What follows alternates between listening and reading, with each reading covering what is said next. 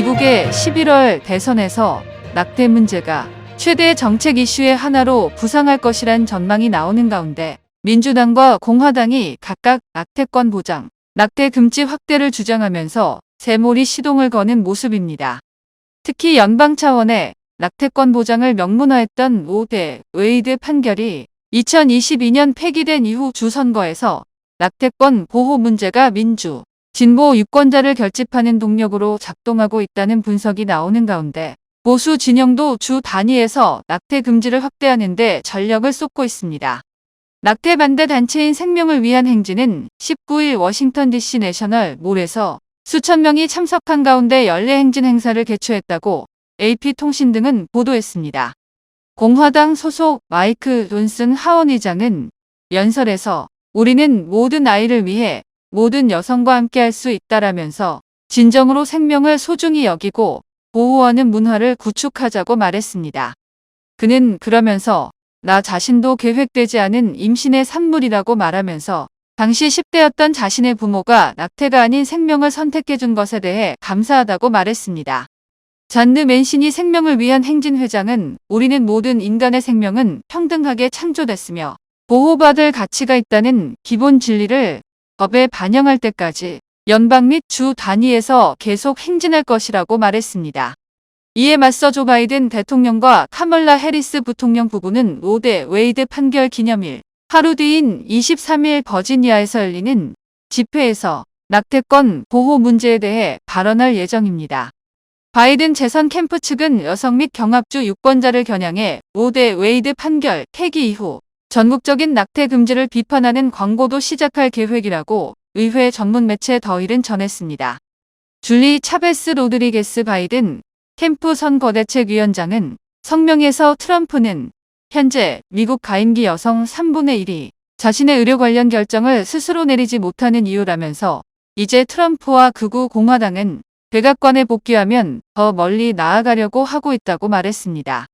이어 바이든에 투표하는 것은 로 판결을 복구하는 투표라고 말했습니다. 앞서 연방 대법원은 1973년 1월 22일 내려진 로데 웨이드 판결을 2022년에 폐기하고 낙태 문제는 각 주가 결정하도록 했습니다. 뉴욕타임스에 따르면 현재 50개 중 21개 주가 낙태를 완전히 금지하거나 임신 초기부터 금지하고 있습니다. 이런 가운데 낙태권 이슈와 맞물린 최근 선거에서 낙태권 보호를 주장하는 민주당이 승리하는 등 진보 세력이 낙태권 이슈로 결집하는 모습을 보이고 있습니다. 지난해 11월 선거에서도 보수 지역인 오하이오주에서 낙태 권리를 주 헌법에 명기하는 개헌안이 주민투표를 통과했으며 낙태권이 중요 쟁점이었던 버지니아주 의회 선거에서 민주당이 상하원 모두 다수당 자리를 차지했습니다. 이와 관련 뉴욕타임스는 이날 로데 웨이드 판결이 폐기되면서 낙태 문제에 대한 정치적 계산법이 크게 바뀌었다라면서 낙태권은 민주당, 무소속, 일부 온건 공화당원을 결집시키는 힘이 되고 있음이 증명되고 있다라고 보도했습니다. 미국 정부는 북한이 수중 핵무기 체계를 시험했다고 발표한 데 대해 진위 판단을 유보하는 한편 북한발 고강도 위협 원사를 심각하게 받아들여야 한다고 밝혔습니다.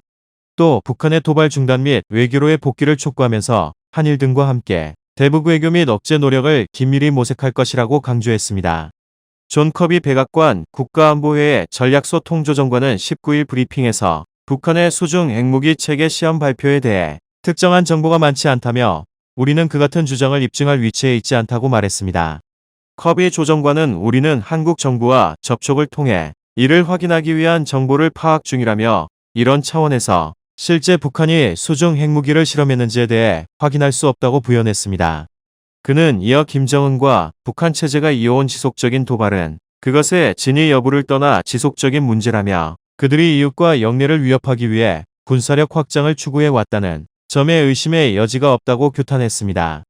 그는 이 때문에 조 바이든 미국 대통령이 동맹을 규합하기 위해 한미일 정상 캠프 데이비드 회동에서 확인할 수 있는 중대한 조치를 취한 것이라며 삼각 협력을 강화하기 위한 한미일의 합의와 새로운 핵협의 그룹 창설로 우리는 한반도에 대해 진전된 정보를 가질 수 있게 됐다고 강조했습니다.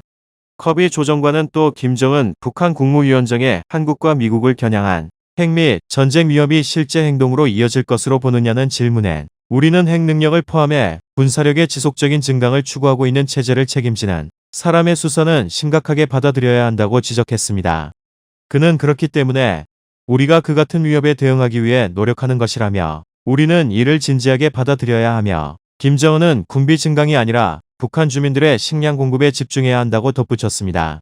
한편 커비 조정관은 북러 외무장관 회담을 포함한 밀착 강화에 북러의 밀착에 대해서는 여러 차례 언급했다며 이 두 나라의 밀착은 우크라이나뿐 아니라 우리의 이익을 비롯해 한반도에 분명히 우려스러운 일이라고 언급했습니다.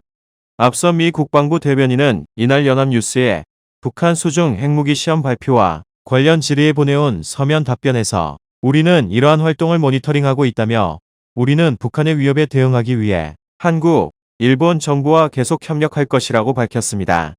대변인은 우리는 북한의 군사 프로그램들이 주는 위협에 대해 그리고 한국, 일본을 방어하고 지역의 평화와 안정을 수호하려는 우리의 공약에 대해 매우 분명히 밝혀왔다고 강조했습니다.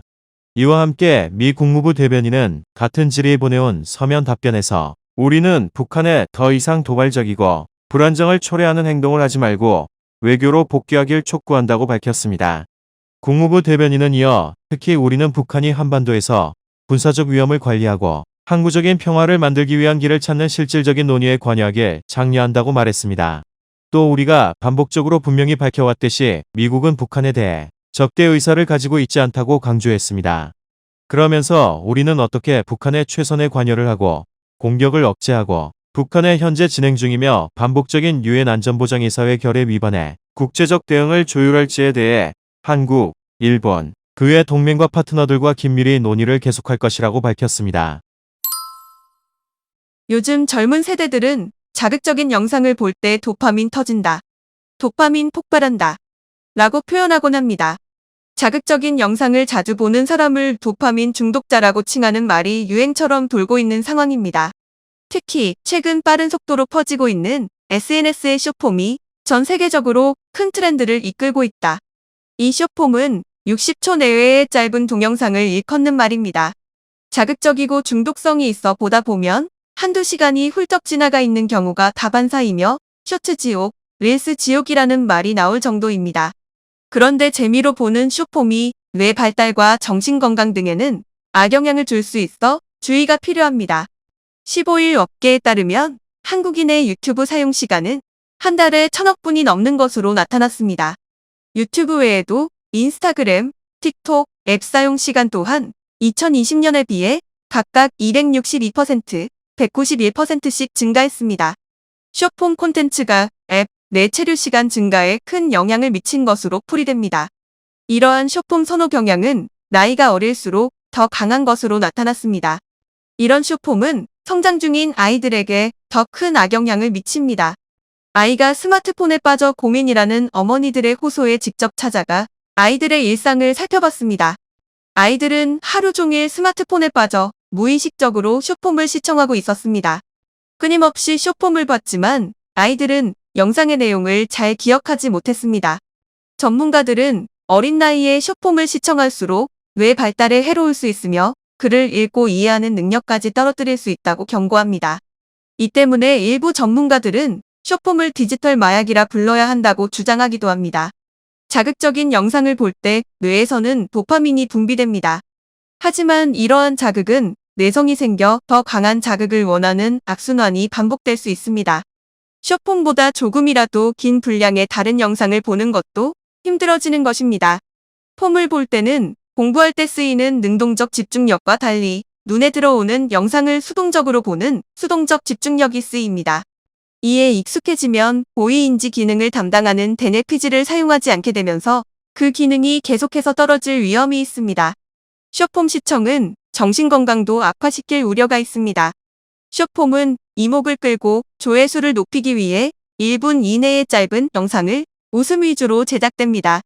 그러다 보니 대개 맥락 없는 주제 혹은 폭력, 선정적 소재 등 자극적인 내용을 담은 영상이 많습니다. 하지만 자극적인 콘텐츠에 노출되는 시간이 길어질수록 우울증, 불안, ADHD 등 정신건강이 악화할 위험이 있다는 연구 결과가 여럿 있습니다. 따라서 타 영상보다 더 자극적이고 짧은 영상으로 구성된 숏폼 시청은 그 위험성이 더 클 수 있습니다. 숏폼 시청으로 인한 악영향을 줄이려면 평소 숏폼 시청을 자제하는 게 좋지만 어렵다면 사용 시간을 정해두고 봐야 합니다. 요한은 한 번에 30분, 하루에 1시간 이상 보지 않고 청소년은 하루에 2시간 이하로 시청하길 권장됩니다. 숏폼을 보지 않으면 일상생활이 어렵거나 숏폼을 보여주지 않을 때 자녀가 짜증을 내거나 폭력성 충동 행동을 보인다면 병원 방문을 권합니다. 숏폼 중독은 중년에서도 많이 나타나는 만큼 나이를 불문합니다. 성인 역시 필요한 경우만 시청하고 시간을 제한해도 자제하기 어렵다면 숏폼 앱을 삭제하는 등의 노력이 필요합니다. 휴식 시간에 영상 콘텐츠와 다른 유형인 사진이나 그림을 보거나 글을 읽는 행위를 통해 뇌에 입력하는 콘텐츠 유형을 달리하는 게 뇌 건강에 좋습니다.